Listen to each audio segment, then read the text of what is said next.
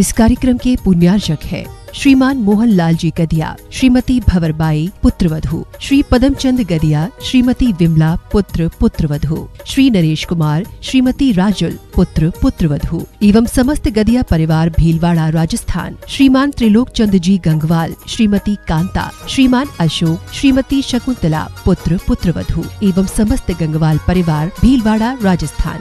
स्वर्गीय श्री उत्तम चंद्र जैन जी नौगांव वालों की पावन स्मृति में धर्मपत्नी श्रीमती नत्थीबाई जी जैन, विंध्या इंजीनियर रीवा की ओर से पुत्र एवं पुत्रवधू श्री त्रिलोक चंद जैन जी, श्रीमती रानी जी, पुत्री एवं दामाद श्वेता जैन, प्रसन्नजीत जी, पुत्री अपूर्वा, पुत्र एवं पुत्रवधू संजीव जैन, ज्योति जैन, पौत्र एवं पौत्री सूर्यांश अदिति, पुत्र एवं पुत्रवधू राजीव जैन, साधना जैन, पौत्र एवं पौत्री देवांश जैन, प्रभावना जैन, पुत्र एवं पुत्रवधू श्री प्रदीप कुमार जैन जी, श्रीमती रीना जैन जी, पौत्री कुमारी प्रिया जैन, पुत्री एवं दामाद श्रीमती ममता जी, श्री अतुल जैन जी, नातिन एवं नाती मेनका जैन, परी जैन, हार्दिक जैन, श्री महावीर प्रसाद जैन, श्रीमती जतन देवी, श्री कमल जैन, श्रीमती अनीता जैन, श्री मुकेश जैन, श्रीमती मैना जैन, तपेश जैन, मितुला जैन, अनुषा जैन, कृति जैन, स्नेहा जैन, दार्शनी जैन, महिपाल जैन, मीनाक्षी जैन, शुभम जैन, मर्यादा, कृतिका एवं समस्त परिवार। फर्म श्री द्वारिका मार्बल, कथन एक्सपोर्ट, यथार्थ emerald stone, Riddhi Siddhi mining, तलाई काकरोली वाली, जिला राजसमंद, राजस्थान।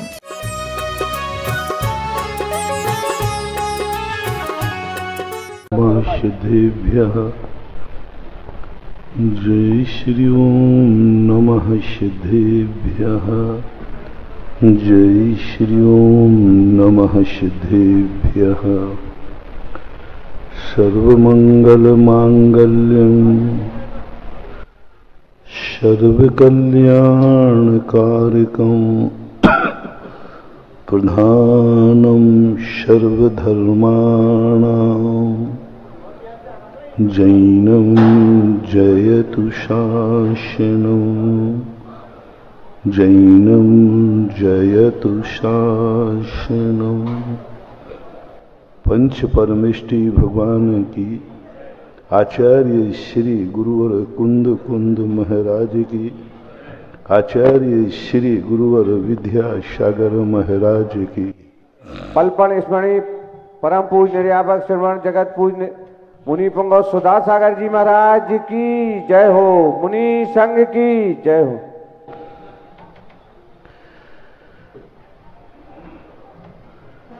व्यक्ति किसी वस्तु को पाने में नहीं चूक रहा है, चूक रहा है उस वस्तु के उपयोग करने में। कोई भी वस्तु दुर्लभ नहीं है, दुर्लभ है उस वस्तु को पाने के बाद उसका लाभ लेना। अर्थ क्रिया में चूक हो रही है, वस्तु में चूक नहीं हो रही है। वस्तुएं तो हमें बहुत बार कहीं ना कहीं किसी न किसी रूप में कभी न कभी मिली है, लेकिन हमारे सिद्धांत शब्दों में आता है तुम वस्तु की अर्थ क्रिया को समझो। अर्थ क्रिया का अर्थ होता है प्रयोजन, उसका स्वभाव। वस्तु दुनिया में है, अस्तिमान है, लेकिन किस लिए है ये हम नहीं जान पा रहे। भूल यहां हो रही है। दुर्भागी वह नहीं है जिसके पास कुछ नहीं है, दुर्भागा वह है जिसके पास सब कुछ होने के बाद भी उसका सही लाभ नहीं ले पा रहा है। लोग कहते हैं दुर्भागा वो है जो गरीब है, दुर्भागा वो है जो मजदूर है, दुर्भागा वो है जो फुटपाथों पर नालियों के पास सो रहा है। गरीब है बेचारा, झोपड़ी में नालियों के पास पड़ा है, फुटपाथ पर पड़ा है, इसको तुम लोग दुर्भागा कहते हैं। धर्मशास्त्र कहते हैं ये दुर्भागा नहीं है, दुर्भागा वो है जिसके पास धन दौलत सब कुछ है, लेकिन एक बोतल पीकर के नाली के पास पड़ा है। दोनों कहाँ हैं? वो तो कम से कम नाली के किनारे ही है, ये तो नाली में ही है। सब कुछ है इसके पास, धन है, दौलत है, परिवार है, इज्जत, सब कुछ है, लेकिन इस अमीरी की अर्थ क्रिया क्या है, अमीरी का नेचर क्या है?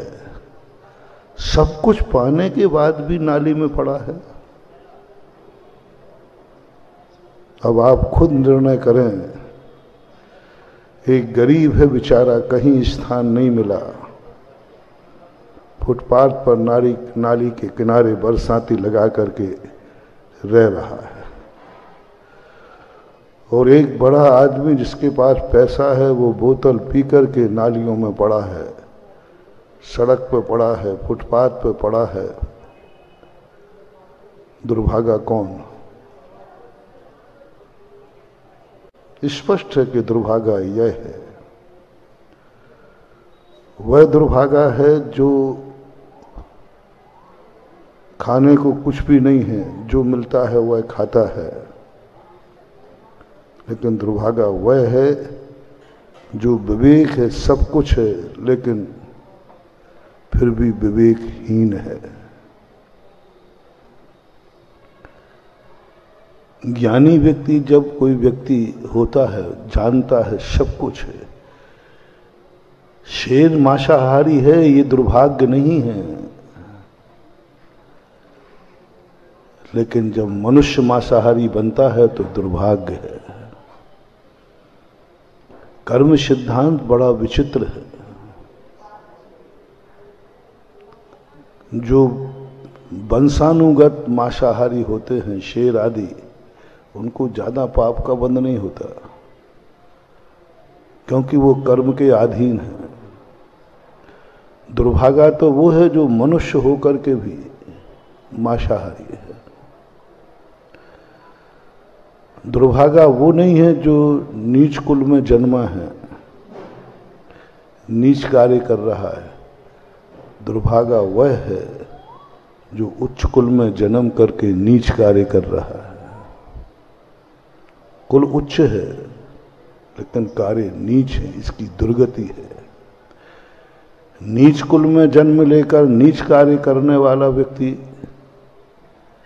दुर्गति का पात्र होगा, ऐसा कोई नियम नहीं। लेकिन नीच उच्च गोत्र में जन्म लेकर नीच कार्य करे, वो सबसे बड़ा कार्य है। उच्च गोत्र में जन्म लेना कोई बड़ी बात नहीं है, बड़ी बात नहीं मानो। हमें उच्च कुल मिल जाए, उच्च देश मिल जाए, अच्छा देश मिल जाए, कुछ बड़ी बाएं हाथ का खेल है। अच्छा देश मिल रहा, थोड़ा सा कर्म का बंद करना है, थोड़ा सा अच्छे देश के प्रति समर्पण दिखाना है, उच्च देश मिल जाएगा। लेकिन उच्च देश में जाने के बाद उसकी उच्चता तुम कायम रख पाओगे कि नहीं? वो उच्च देश जिनके लिए मिला है, जिसके लिए मिला है, क्या तुम उसका उपयोग कर पाओगे? आर्यखंड आपको मिला है, आर्यखंड मिलने की अर्थ क्रिया क्या है? क्यों मिलता है, किसके लिए मिलता है? क्या तुम उसकी मर्यादा रख पाओगे? क्या उच्च देश में जन्म लेकर के नीच बन जाओगे? अच्छे कुल में जन्म लेना कोई बड़ी बात नहीं है, कोई बड़ी बात नहीं। अनंतों बार हमें अच्छा कुल मिला, लेकिन हम अच्छे कुल का लाभ नहीं ले पाए। कल प्रसंग आया था ना कि वे दुर्भागे सबसे बड़े हैं जो सारी मेहनत किया, सब कुछ किया, जब फल भोगने की बात आई तो बीमार हो गया। सारे पक्षियों में कौवे को अशुभ क्यों कहा? उसमें ऐसी क्या कमी है क्या कमी? सारे दुनिया के जितने पक्षी हैं उन सब में अशुभ कहते हैं कौवे को। दूसरे कारण भी हैं, पर एक मुख्य कारण वो है कि वह बहुत मेहनत करता है, उस स्थान पर जाता है। द्राक्ष, कौवे को द्राक्ष बहुत अच्छी लगती है, मुनक्का, अंगूर बहुत अच्छा, सबसे प्रिय है उसका, और इंतजार करता है, पूरी मेहनत करके इंतजार करता है। लेकिन जब दाग खाने का समय आता है तो कंठ में रोग हो जाता है। पुण्यहीन को न मिले भली वस्तु का योग, दाख पके जब कंठ में होत काग के रोग। उस समय रोग हो गया, जिस समय कंठ में दाख पकी उस समय रोग हो गया। एक दाख भी कभी नहीं खा पाया, वो खा ही नहीं सकता। ये दुर्भागा है, ये है अपशगुन। सारी चीजें अपन पाली, उच्च गोत्र पा लिया, बहुत बार पाया, यहां तक कि हमने शास्त्रों में पढ़ा है सर्वोच्च गोत्र कहलाता है तीर्थंकर का। सर्वोच्च गोत्र, उससे बड़ा गोत्र कोई दूसरा हो नहीं सकता। इतने बड़े गोत्र में मिल गया, सरलता से मिल गया, अनंतों बार मिला।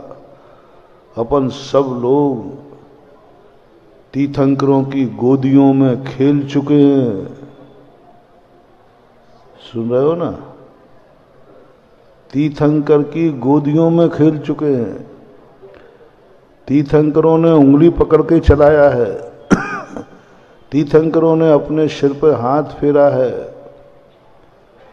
तीर्थंकरों के सामने, लेकिन हम उसका उपयोग नहीं कर पाए। तीर्थंकर जैसे हमें दादा मिले, पिता मिले, तीर्थंकर जैसे पिता मिले, तीर्थंकर जैसे पिताओं का खून शरीर में बहा जिन्होंने हमें पैदा किया। तीर्थंकर गजब की चीज है। तीर्थंकर, उनसे हमारा जन्म हुआ, उनके वंश में हमारा जन्म हुआ। गजब तो जब उनकी गोदी में भी खेलने को मिला। इतना पुण्य का उदय होने के बाद भी हम दुर्भागे बने रहे। हमने उस कुल की मर्यादा नहीं रखी, उस कुल की योग्यता नहीं रखी, उसका लाभ नहीं ले पाए। मारीच जैसे, ये मत समझना कि मारीच ही एक ऐसा दुर्भागा था। अब बोलो, जो नीच कुल में जन्मा है, जो नीच से नीच कुल है उसमें जन्मा है,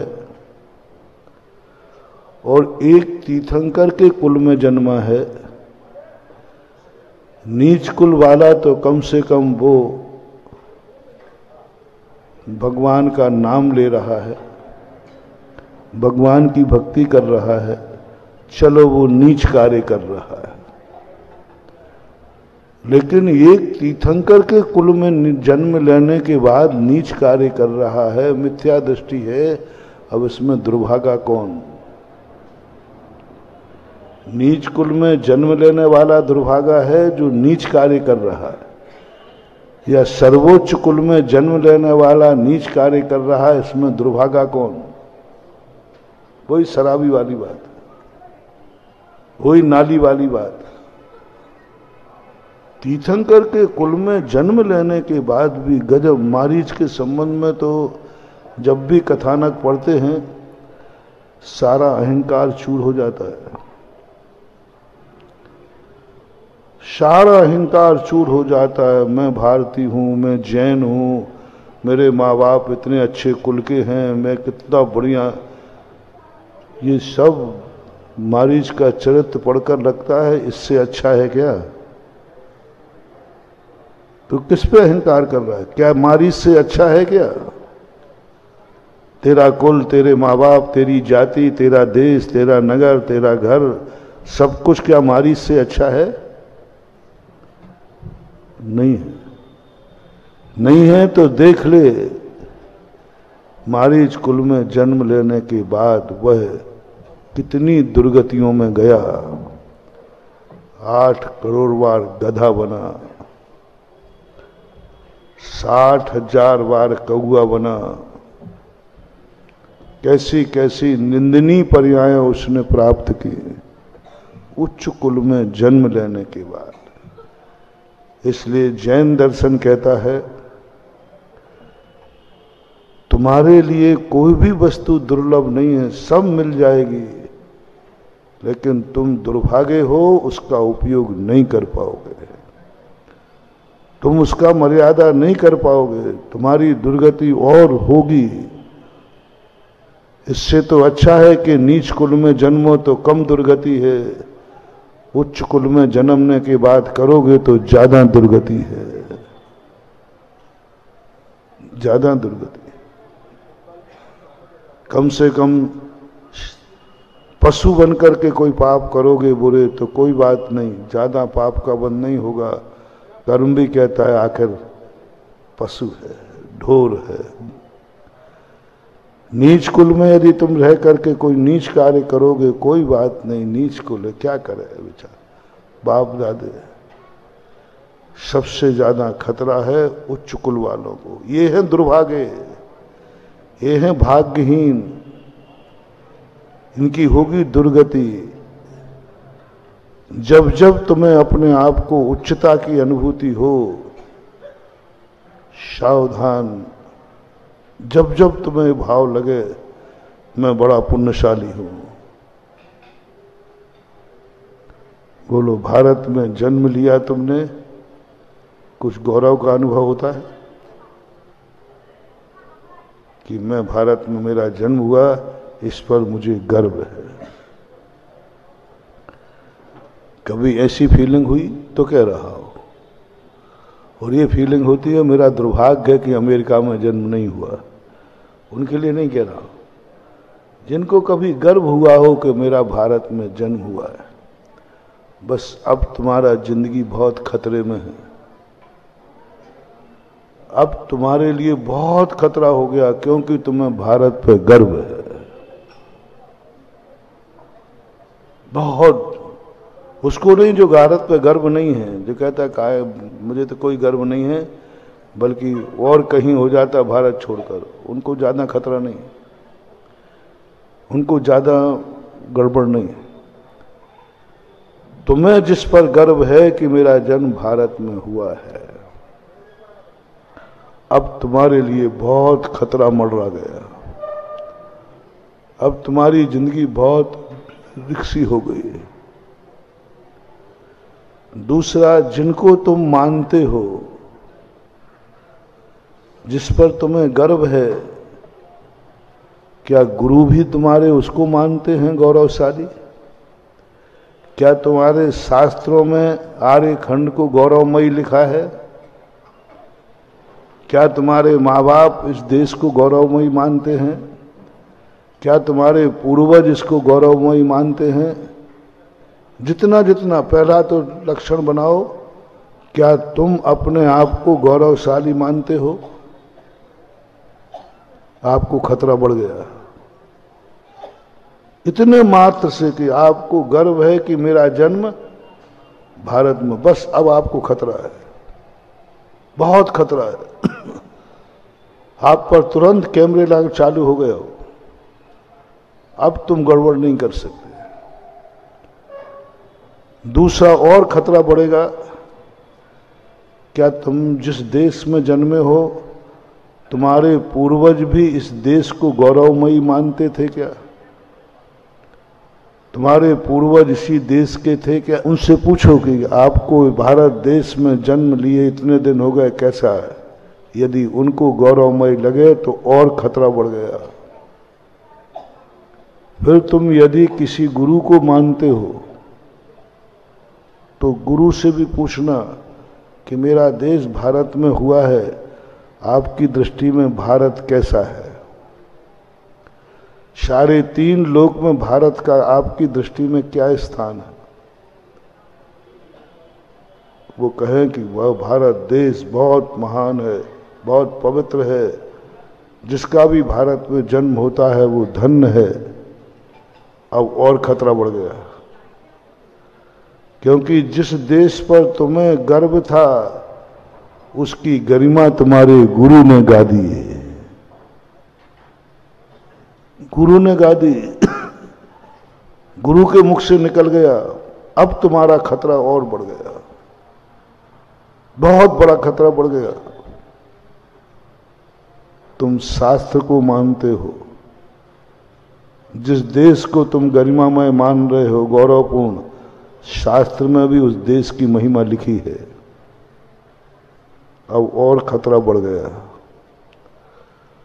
और तुम्हें पता चला कि यह देश जिनेंद्र भगवान के ने भी कहा है गरिमामय। और खतरा बढ़ गया,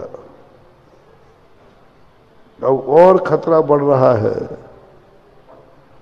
गुणा करते जाना। तुम्हारे गुरु महाराजों का जन्म, तुम्हारे गुरु महाराजों का विहार किस देश में, जिस देश में तुमने जन्म लिया, क्या उसी देश में हो रहा है कि अन्य देश में भी? अब और खतरा बढ़ गया।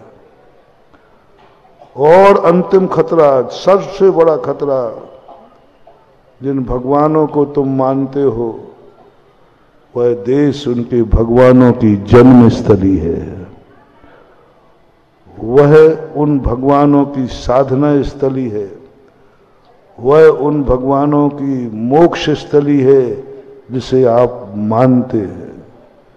अब तो आपको कोई भी, अब तो आप, इतना खतरा है, इतना खतरा है, महानुभाव, बर्बाद हो जाओगे।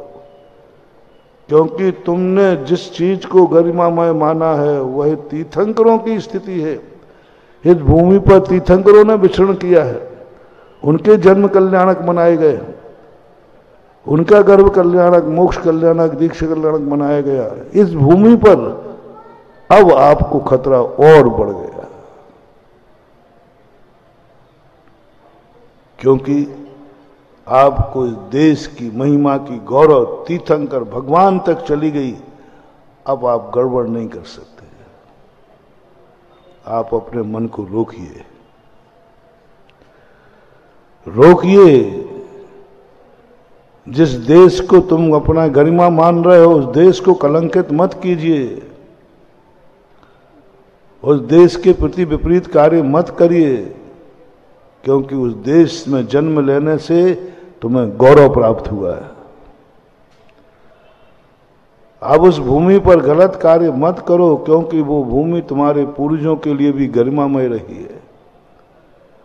वह भूमि तुम्हारे मुनियों से, भगवानों के विहार से पवित्र हुई है। अब आप गड़बड़ नहीं कर सकते, और या पहले ही निपटा लो, महाराज मुझे कोई गर्व नहीं है, मैं भारत में जन्म लेना ही नहीं चाहता था, पता नहीं किस पाप कर्म के उदय से हो गया। खतरा कम है, बहुत खतरा कम है। बस तुम्हें अपने आप को कोसना है, दुर्भाग्य मानना है। बहुत खतरा कम, बहुत कम कर्म बंद होगा। बस इतना मान लो, मेरा दुर्भाग्य है कि मेरा भारत में जन्म हुआ, मैंने पता नहीं कौन सा पाप किया। बस इतना सा आप स्वीकार कर लीजिए, बहुत माफीनामा मिल जाएगा। किसके लिए तैयार? डबर है, इधर कुआ है, इधर खाई है। यदि तुमने गर्व किया तो खतरा बढ़ेगा, और गर्व दुर्भाग्य मानोगे तो खतरा घटेगा। क्या मानना है? तो खतरा बढ़ेगा, अपन नहीं जानते। देख लो, अब आपको मैं कुछ नहीं जानता, अपना काम तो अपन तो मील के पत्थर हैं। ये रास्ता इधर जाता है, ये इधर जाता है। आल्सो साइन बोर्ड, वो आप जानो, आपका काम जानो, मुझे तो कोई नहीं। जितना जितना तुम्हें गर्व होता जाएगा उतना उतना तुम्हें खतरा बढ़ता जाएगा, उतनी उतनी सावधानियां बढ़ती जाएंगी, उतनी उतनी बहुत बड़ी रिस्क है। इससे अच्छा तो है एक बार कह दो कहाँ का भारत, दुर्भाग्य मेरे कर्म फूटे थे जो भारत में जन्म ले लिया, मेरे कर्म फूटे थे, ऐसे भगवानों का जन्म हुआ, हमारे को भगवान भगवान बनना ही नहीं है। हम तो अच्छे वहाँ ज़्यादा अच्छे थे जहाँ धर्म कर्म की कोई बातें नहीं। कहाँ जैनी कुल में जन्म गए, ना खा पाओ ना सो पाओ, हाँ चिड़चिड़ा पड़ो थोड़ा, बहुत फायदा है। कहाँ का जैन कुल मिल गया, खा ही नहीं पाओ, रात हुए नहीं खाना जाओ, ये नहीं खाना वो नहीं खाना, ये नहीं करना, कि कहाँ तक परेशान करें। कहाँ की ये जैन जाति के कौन से कर्म किए थे पाप कर्म के जो ऐसा कुल मिला। फायदा बहुत फायदा है, कहो थोड़ा सा। हाँ, कहाँ के मम्मी पापा मिले, ना खाते हैं ना खाने देते हैं, और ये महाराज से और बड़े परेशान हैं, ये और हमारे परिवार को सबको बिगाड़ते। कहाँ की आफत पड़ गई, बेसाधु गुरु बनाते हैं ऐसे कि जो स्वयं भी पीते और स्वयं भी खाते और हमें भी खिलाते। वे गुरु होते हैं, वे माँ बाप होते हैं जो कहते बेटा आओ अपन सब एक साथ पीते हैं, कोई खाने की पाबंदी नहीं, कोई पाबंदी नहीं, सब प्रकार की छूट है, सब प्रकार की। पशु सब मिलकर एक साथ काम करते हैं, कोई पाबंदी नहीं, सब एक से। यहां तो हम परेशान हो गए घर में। वो दादी माँ और है, वो तो ऐसी पता नहीं कौन से पाप, मरती तो है नहीं, जब देखो जब टोकती रहे, बेटा रात हो गई, अरे रात हो गई तो क्या करूं, प्राण ले ले। ऐसा करोगे तो तुम्हें खतरा कम है, बहुत कम है डर, क्योंकि तुम एक्सेप्ट ही नहीं कर रहे हो। लेकिन यदि तुम्हें इन सब पर गर्व है महानुभाव, तब आपको बहुत सावधान रहना है, क्योंकि आपको देश पर गर्व है। तुम्हें गर्व है कि मेरा जन्म जैन कुल में हुआ, गर्व है। यदि दुर्भाग्य है तो नहीं, आज फैसला करो, या तो दुर्भाग्य मानो या सौभाग्य मानो। सौभाग्य मानोगे बहुत सावधान रहना पड़ेगा, क्योंकि तुमने सौभाग्य मान लिया है। अब आपको ये ध्यान सोचना है जैन जाति की अर्थ क्रिया क्या है, जैन कुल हमें कर्म ने क्यों दिया है। कोई भी चीज जब तुम्हें भेंट करे तो सबसे पहले सोचना इसने ये चीज भेंट क्यों की, अर्थ क्रिया क्या है, क्योंकि मुझे भेंट, कर्म ने मेरा जन्म भारत में क्यों दिया, इस पर विचार करो। जन्म तो कहीं भी हो सकता था, मेरा भारत में क्यों, इसका अध्ययन करो, स्टडी करो। मैंने पहले ही कहा था तुम मोक्ष की चर्चाएं छोड़ो, अभी बहुत न समझ में आना है, हम रटा देंगे तुम भूल जाओगे। इसलिए मैं अभी तुम लोगों से कह रहा हूं, तुम जो हो जहां हो उसके संबंध में पूरा ज्ञान कर लो। जाना कहां है, पाना क्या है, छोड़ो वो बातें हमारे अनुभव में नहीं आएंगी, और आएंगी अनुभव में तो हम वेदना और हो जाती, तड़प जाता हो। जब मैं मोक्ष का चिंतन करता हूं बहुत तकलीफ होती है, बहुत परेशान हो जाता हूं, क्योंकि महिमा जब पढ़ता हूं तो इतना क्लेश होता है, क्या करूं कैसे करूं, उड़ के पहुंच जाऊं मोक्ष में, क्या करूं। तो आप लोग किसी बड़े आदमी को देखकर मैं क्या करूं कि ऐसी गाड़ी मेरे पास आए, पढ़ने वाला विद्यार्थी जब कोई गोल्ड मेडल आता है ना, दूसरे विद्यार्थी माथा फोड़ते, मैं क्या करूं कि अगली बार, बहुत क्लेश होता है, मोक्ष मिल ही नहीं रहा। और मोक्ष की महिमा जब पढ़ते हैं तो मन पिघल जाता है। अब वो महिमा ही ऐसी है। ये विज्ञापन बहुत खतरनाक है। विज्ञापन देखते देखते मन तो हो जाता है, लेकिन खरीदने के लिए जेब में पैसा तो है ही नहीं। इससे अच्छा है कि वो नहीं देखता तो ठीक था। बाजार में नहीं जाता तो अच्छा था। बाजार में जाने के बाद मन बिगड़ गया, क्या करूं, पैसा पसंद आ रही थी वस्तु लेकिन खरीद नहीं पाया। एक व्यक्ति वह है जिसने वस्तु देखी ही नहीं, और एक व्यक्ति वह है जो वस्तु देख करके नहीं खरीद पा रहा है। दोनों में दुखी कौन है? बोलो ना। सबसे ज्यादा संसार का दुखी आदमी मैं हूं। सही कह रहा हूं, क्योंकि मुझे मोक्ष का ज्ञान हो गया। मैंने गलती कर ली, मैंने एक एक महिमा पढ़ ली कि मोक्ष में क्या आनंद है, क्या सुख है, कैसी दशा है। अब ऐसी झुंझलाहट होती है कि मन पड़े तो है, मरना पड़े तो मैं मरने को तैयार हूं। अब देखो मेरी वेदना देखो कितनी होगी। जिस कार्य को पाने के लिए कोई मरना चाहे, समझ लेना उसके मन में कितनी तलब है। पर वो वस्तु मुझे पाना है, देख मरना पड़ेगा, वो कहता मर जाऊंगा, मरना पड़े तो मैं मर जाऊंगा। समझ लेना उस वस्तु को व्यक्ति बहुत तलब है, उसको बहुत दुखी है बेचारा। और मैं सही कह रहा हूं, यदि आपके पास कोई उपाय हो कि मरने के बदले में मोक्ष मिलता हो तो मैं तैयार हूं।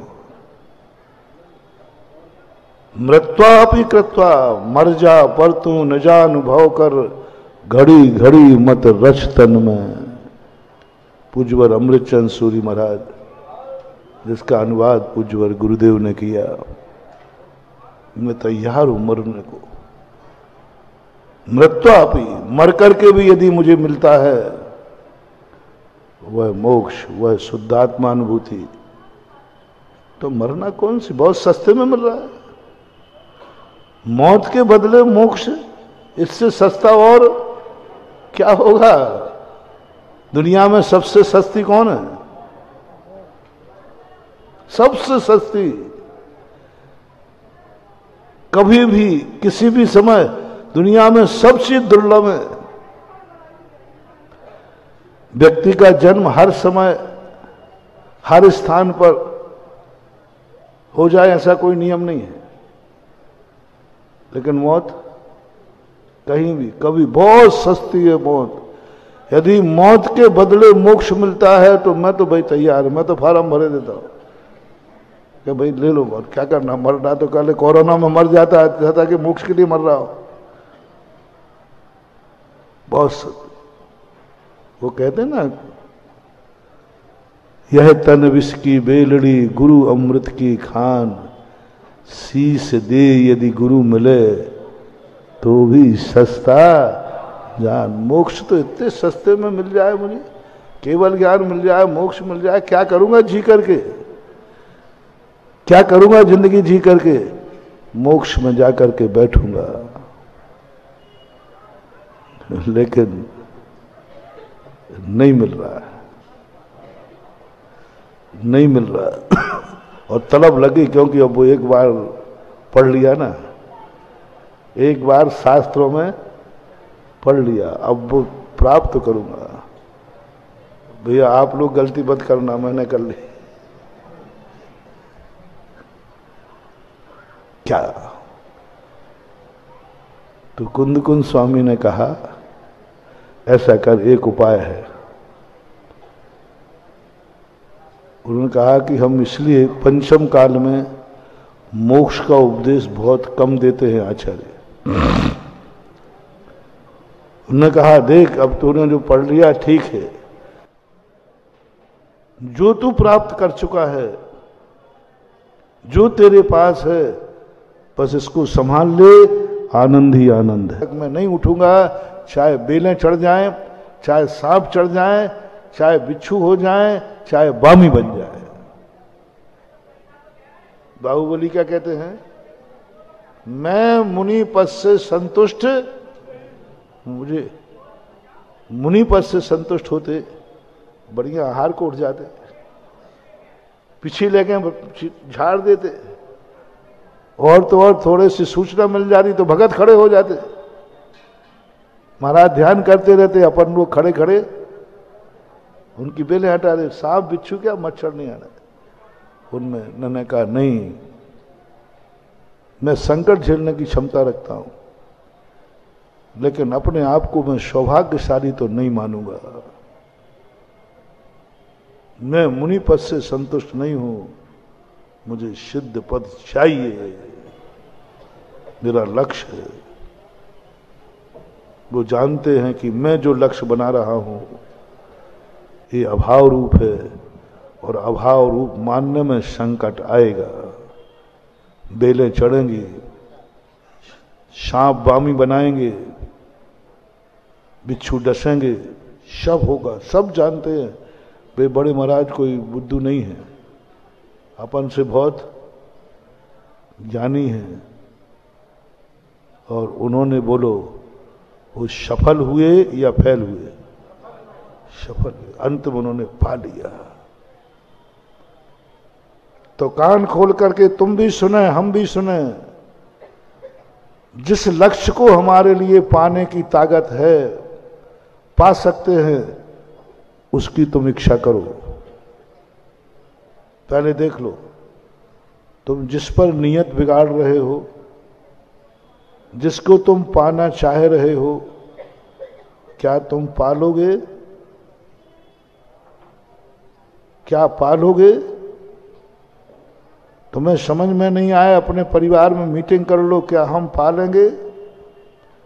परिवार वाले सलाह नहीं दें तो गुरु के पास जाओ, गुरु महाराज हम क्या पालेंगे? गुरु महाराज नहीं समझा पाए तो शास्त्र की जिनवाणी मां से पूछो, क्या हम पालेंगे? हम आज संकल्प करते हैं, कर लो। मैं आज के बाद केवल ज्ञान प्राप्त करके ही उठूंगा इस स्टेज से।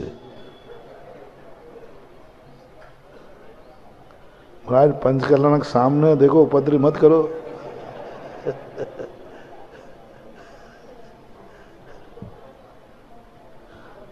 जिनवाणी हम तुम्हारी बात तो मानेंगे नहीं। तुम फिर मेरे गुरु जी के पास जाना, गुरु महाराज देखो आपने आशीर्वाद दिया, उन्होंने एक उपद्रव कर लिया वगैरह। मैं तो जब ही उठूंगा जब मुझे केवल ज्ञान हो जाएगा। तो गुरु महाराज का समाचार क्या आएगा? बहुत अच्छे बेटा, बहुत अच्छा, जो मैं नहीं कर पाया वो तुम करो ना। बोलो पालोगे? देता हूं अनुमति बैठने की, पालोगे? और इसको पाने के लिए बामी बनाएंगे सांप यहां आके, वो तो बनेंगे। जिस पाटे में बैठा हूं, ये पाटा बरसात में कीड़े लगेंगे इसमें कि नहीं? तो कीड़े हमें काटेंगे कि नहीं? काटेंगे कि नहीं? हिलना नहीं, डुलना नहीं।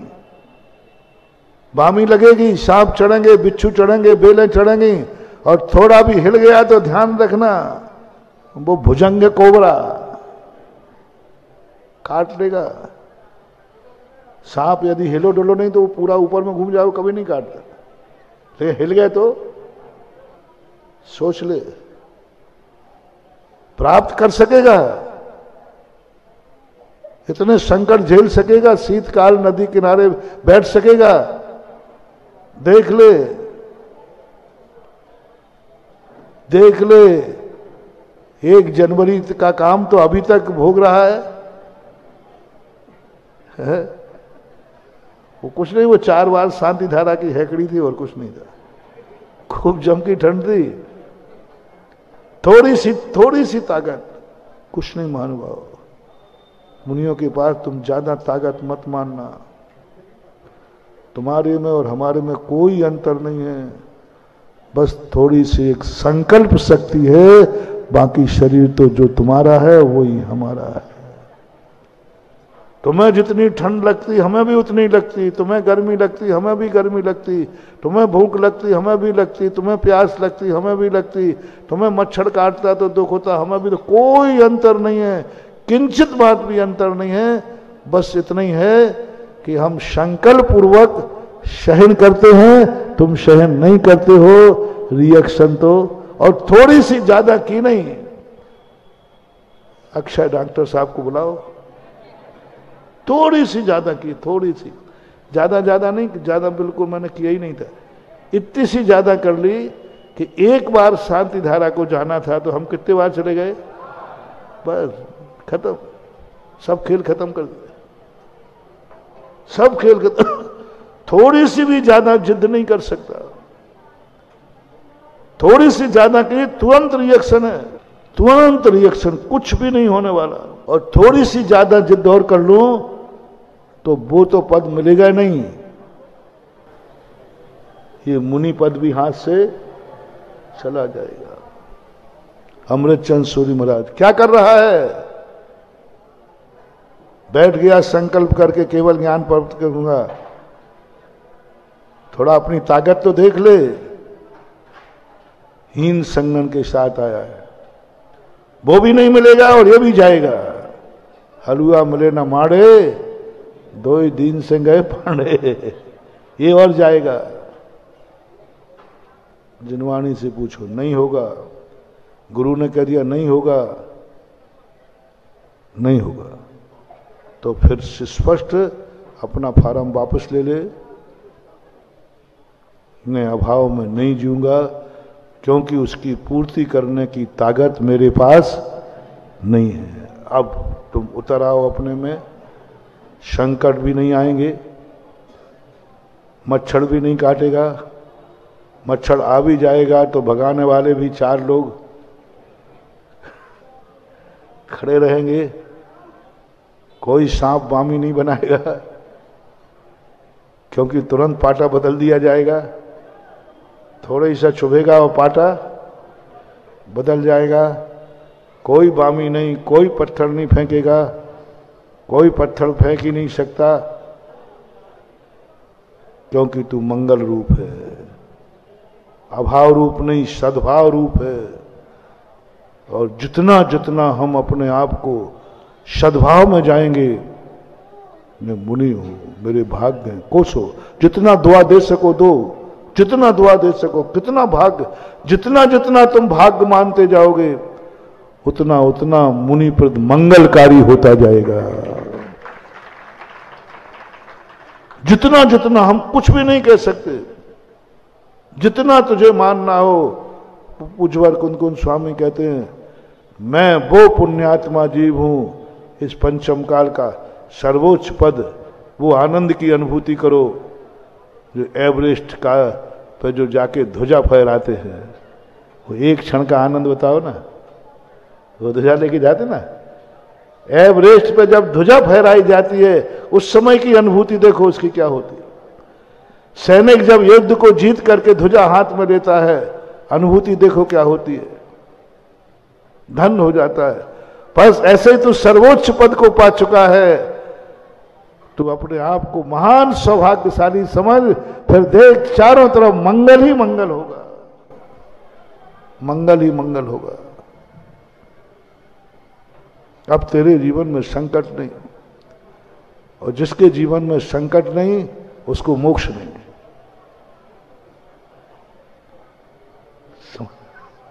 आप पीछे से एक ऐसी वो लगा देते हो, जिसके जीवन में संकट नहीं उसको मोक्ष नहीं,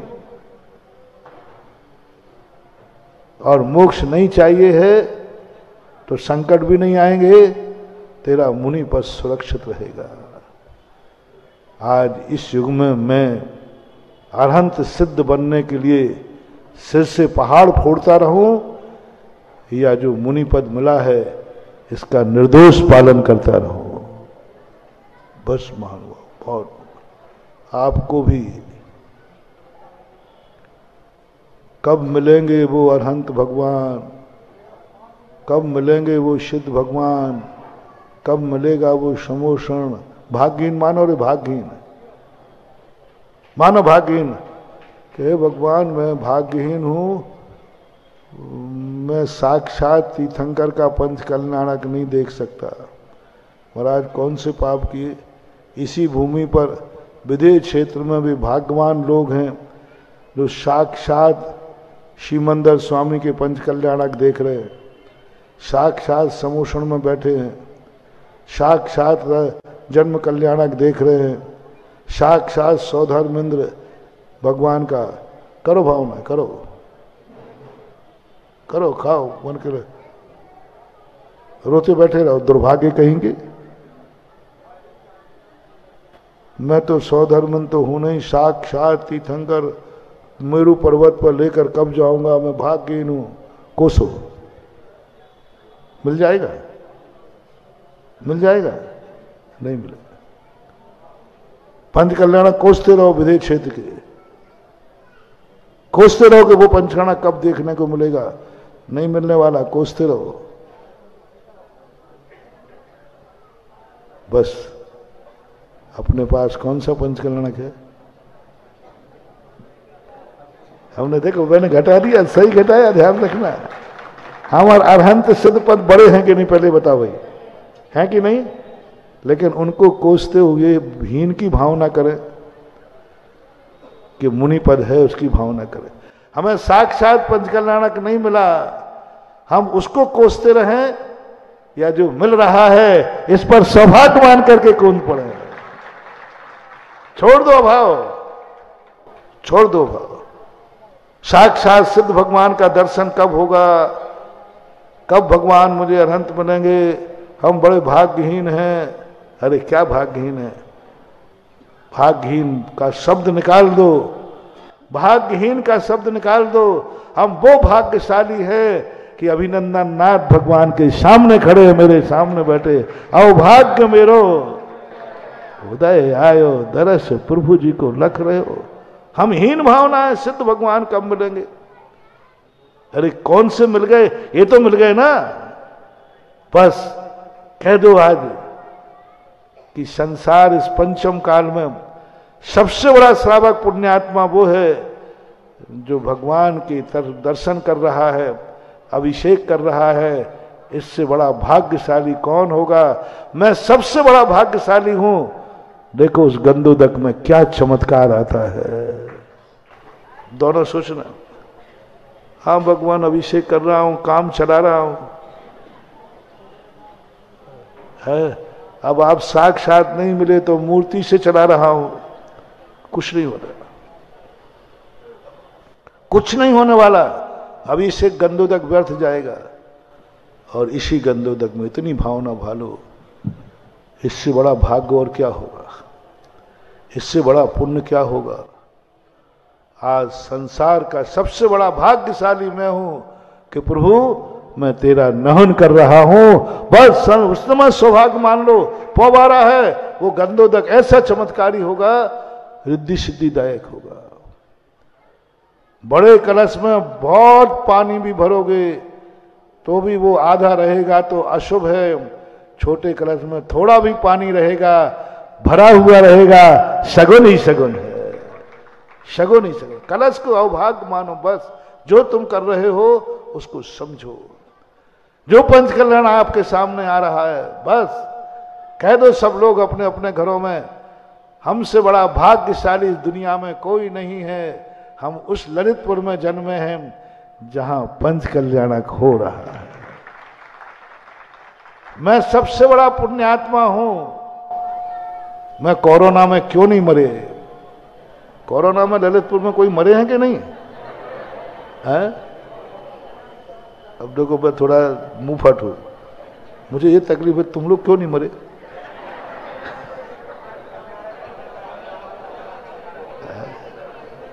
शायद तुमसे छोटे छोटे भी गए होंगे, है ना? बस बस बस आज एक ही बात अभिनंदन नाथ भगवान से कहना, भगवान कैसे मर जाता? मेरी किस्मत में आपका पंच कल्याण की रकील थी, मेरी रकील थी, मेरे हाथों में रकील थी, मेरी किस्मत में पंच कल्याणक लिखा के आया था कि तू कितना भी बीमारी आ जाए, तेरी किस्मत में पंच कल्याणक की रकील है। मैं कितना भाग्यशाली हूं, कितना भाग्य है। वो सौधर्म तो छोड़ो, बैठे हैं सौधर्म, चलो नाभि राय बैठे। महाराज जी वो सही बेटा पैदा हो जाए एक आध तीर्थंकर, आओ खाओ, दोनों ने बैठ के रो। वो दिन कब आएगा जब मेरे साक्षात तीर्थंकर मेरी गोदी में होंगे? हैं? अब करो प्रयास। क्या जो हमारे हाथ में नहीं है? आज जो पंच कल्याणक हो रहा है, मैंने कितने पुण्य किए हैं कि मुझे माता पिता बनने का सौभाग्य मिला भगवान का। चरम पुण्य। मैंने कितना पुण्य किया कि मैं स्वधर्मंद बन रहा हूं। अरे वो स्वधर्मंद लगता कहां है मेरे सामने?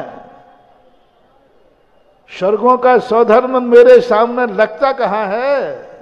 नौकर कहीं का ड्यूटी बजा रहा है, नियोग है, मैं ड्यूटी नहीं बजा रहा हूं, मैं एक मूर्ति को भगवान बना रहा हूं। और मेरे भाग्य देखो इस पंचम काल में, भौतिक चकाचौंध में, और मैं भगवान का चरम सीमा का पुण्य है। पंच कल्याणक का सबसे महत्वपूर्ण पद कौन सा है? स्वधर्म माता पिता। मैं वो पा गया, मैं स्वधर्मंद बनूंगा और मेरे द्वारा भगवान की मूर्ति पाषाण से भगवान बनेंगे। स्वधर्मेंद्र का, साक्षात स्वधर्मेंद्र का, साक्षात तीर्थंकर के लिए कोई योगदान नहीं है, कोई योगदान नहीं होता। सब कुछ साक्षात तीर्थंकर को स्वयं करना पड़ता है। स्वधर्म का कोई हाथ नहीं है भगवान साक्षात पंच कल्याणकों में, कोई हाथ नहीं। सब भगवान अपने अपने पुण्य से, वो तो मात्र नियोग पूरा करता है। और स्थापना निक्षेप के स्वधर्मेंद्र का कितना बड़ा दायित्व है। उसके बिना पाषाण की मूर्ति भगवान की नहीं बन सकती, नहीं बन सकती। उस स्वधर्म का कोई हाथ नहीं। वो तो भगवान को तपस्या करना है, भगवान को ध्यान करना है सब, लेकिन यहां तो बनाता है। मैंने कितने सौभाग्य किए कि मैं कुबेर बना, कुबेर मैं बना, कुबेर हमारे हाथ में है। जो मैं बना हूं बस इसको सगुन कर दो। मैंने कितना सौभाग्य किया कि मैं महायज्ञ नायक बनूंगा, यज्ञ नायक बनूंगा, पंच कल्याणक का कर्ता यजमान मैं बनूंगा, यजमान, मैं यजमान बनूंगा, मैं यजमान बनूंगा। मैंने कितने पुण्य किए कि पंच कल्याणक का नायक मैं बनूंगा, हवन मैं करूंगा, पुण्य हाथ भी मेरे हाथ में होगी। और दुनिया ने जन्म दिया था कर्मों ने जैन में, और इस पंच कल्याणक में मैं बनूंगा सिंगई, सवाई सिंगई, सेठ, श्रीमंत सेठ मैं बनूंगा। एक कोई कम है उपाधि? ये हमारे पुरुषार्थ से आई है, नियोगी नहीं है, मजदूरी में नहीं मिली। मैं यज्ञ नायक बनूंगा। और इस कुल में कर्म ने मुझे जैन कुल दिया था, धर्म में मुझे सिंगई पद दिया है, सिंगई उपाधि। और एक बार सिंगई उपाधि लग जाती है तो बोलो पीढ़ी दर पीढ़ी चलती है। कितना बड़ा पुण्य, कितना बड़ा सौभाग्य। जो हमारे हाथ में है, जो तुम बने हो बस उसको सौभाग्य मानना है। थोड़ो अभाव में मत जियो, कलश छोटा करो, भरा हुआ रहना चाहिए। स्वधर्मेंद्र के अलावा और जो सामान्य इंद्र बने हैं वे भी अपने आप को भरा कलश करते जाएं। बस कुवत के अनुसार कलश छोटा करना है, कुछ नहीं। बहुत सस्ता मार्ग बताया है। मैंने ये नहीं बढ़ाया कि जल भर के लाओ, जल बढ़ाओ, नहीं, वो मुझे मालूम है इतने से जल है ही नहीं। तुम्हारी कुवत है, जितनी कुवत है बस कलश छोटा करो। कलश छोटा यही है मैं ईशान इंद्र बना हूं, भर दो इस कलश को। छोटा है, चौथे नंबर का है, सौधर्म ईशान है, हाँ दूसरे नंबर, थोड़ा छोटा कलश है, घबराना मत, बस इसको भरना है। और भरना किससे है? अभाग्य है मेरे कि भगवान पर छत्र मैं लगाऊंगा। सामान्य इंद्र बने हैं, वो भी अपने आप को कुछ ना करें कि हम सामान्य इंद्र बने हैं। कलश छोटा है, जो 1000-5000 जो लोग बैठेंगे ना, जो मध्यम वर्ग वाले हैं, वो कान खोल के सुने, उनका भी सगुन करता हूं। भले तुम इंद्र बने हो, सामान्य इंद्र, भले 5000 रुपए के बने हो, कोई फर्क नहीं पड़ता। कलश छोटा करना है, तुम्हारा भी भरा कलश होना चाहिए, मंगल ही मंगल है। सौधर्म इंद्र कलश है बड़ा लेकिन भरा है, और तुम्हारा कलश छोटा है लेकिन भरा है, और भरा कलश सगुन है। छोटे और बड़े को मैंने पहले ही नकार दिया, छोटे और बड़े को मैंने पहले ही नकार दिया। सवाल है कि बस तुम कोसना मत, तुम आनंद से बनाओ कि मुझे और कुछ नहीं मिला तो कोई बात नहीं, भगवान की जय जयकार करने को तो मिलेगा, भगवान का अर्घ चढ़ने तो मिलेगा, भगवान के साक्षी बन के देखूंगा तो सही, एक अर्घ में चढ़ाऊंगा। ये मेरा भाग कम है कि भगवान जब आप मेरे ललितपुर में आ रहे थे मूर्ति के अंदर, मैं स्वागत के लिए आपके दरवाजे खड़ा था अर्घ लेकर के। ये कम है क्या महानुभाव? ये कम नहीं है मुनिराज बन पाओ या ना बन पाओ, लेकिन मुनिराज नगर में आकर कम से कम स्वागत तो कर सके। अरे मुनिराज घर में आवे या ना आवे, कम से दरवाजे में हम पड़घान तो कर सके, ये कम है क्या? ठीक है मुनिराज को हम घर में नहीं बुला सके, मुनिराज नहीं आए, लेकिन मेरे दरवाजे निकले, मैंने नमोस्तु किया, ये कम है क्या? शगुन कर दो, हर चीज को भर दो, बस हर चीज में लगा दो, ये कम है क्या? देख तुम्हारे यहां महाराज को नहीं हुए, इतने दिन हो गए तो भी नहीं हुए, पहले भी चौका लगाया तो भी नहीं हुए, अब भी लगाया तो भी नहीं हुए। ए रुवंटो, रावण बन के आके रो देते हो। मैं रावणों के हार नहीं करता। रावण कहेंगे, रावण कैसे कहते हैं? राउती थी हमार भाग्य इतने दिन हो गए नहीं महानुभाव, मत, आज से करो सौभाग्य। भले महाराज के हार हुए या नहीं हुए, लेकिन 60 दिन तक मैंने भगवान को, महाराज को नमोस्तु किया है, ये कम है क्या? 60 दिन तक मुझे कम से कम नमोस्तु करने का मौका मिला है, ये कम है? कलश भर दो, भले हार होवे या नहीं होवे, उतने मात्र से तुम्हारा सगुन ही सगुन होगा, और वो सगुन इतना होगा कि एक दिन महाराज भी खिंचे चले आएंगे। बस सगुन मानना है, कलश भरा हुआ हो, नमोस्तु करने मिल गया है, बस भर जाओ, कोई बात नहीं। आज मेरा भाग्य है कि कम से कम भले महाराज आए या नहीं आए, लेकिन कम से कम उस निमित्त से सुबह से मुझे शुभ उपयोग तो, कम से घर में शुद्ध भोजन तो बना।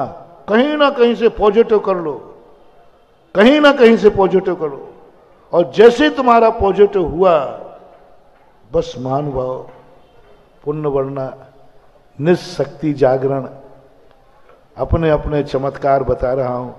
समय आपका हो गया, अभी बताऊंगा। और कितने अपन सब बहुत बहुत दुर्भाग्य, अपन अपने पास बहुत चमत्कार हैं, बहुत शक्तियां हैं, अपन बहुत सगुन है। आज का मंत्र क्या है? कलश छोटा हो लेकिन भरा हो, बस बस भरा हो। और भरना किससे है? आनंद से। भरना कितने है? सौभाग्य से। जो भी क्रिया करो अभाग्य मान के करना, सगुन ही सगुन है। महावीर भगवान की।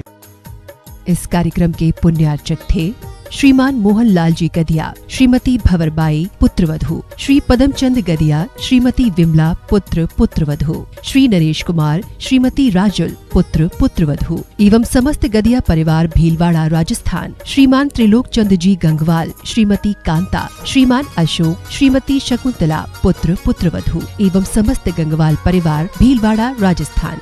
स्वर्गीय श्री उत्तम चंद्र जैन जी नौगांव वालों की पावन स्मृति में धर्मपत्नी श्रीमती नत्थीबाई जी जैन, विंध्या इंजीनियर, रीवा की ओर से पुत्र एवं पुत्रवधू श्री त्रिलोक चंद जैन जी, श्रीमती रानी जी, पुत्री एवं दामाद श्वेता जैन, प्रसन्नजीत जी, पुत्री अपूर्वा, पुत्र एवं पुत्रवधू संजीव जैन, ज्योति जैन, पौत्र एवं पौत्री सूर्यांश, अदिति, पुत्र एवं पुत्रवधू राजीव जैन, साधना जैन, पौत्र एवं पौत्री देवांश जैन, प्रभावना जैन, पुत्र एवं पुत्रवधू श्री प्रदीप कुमार जैन जी, श्रीमती रीना जैन जी, पौत्री कुमारी प्रिया जैन, पुत्री एवं दामाद श्रीमती ममता जी, श्री अतुल जैन जी, नातिन एवं नाती मेनका जैन, परी जैन, हार्दिक जैन, श्री महावीर प्रसाद जैन, श्रीमती जतन देवी, श्री कमल जैन, श्रीमती अनीता जैन, श्री मुकेश जैन, श्रीमती मैना जैन, तपेश जैन, मितुला जैन, अनुषा जैन, कृति जैन, स्नेहा जैन, दार्शनी जैन, महिपाल जैन, मीनाक्षी जैन, शुभम जैन, मर्यादा, कृतिका एवं समस्त परिवार। फर्म श्री द्वारिका मार्बल, कथन एक्सपोर्ट, यथार्थ एमराल्ड स्टोन,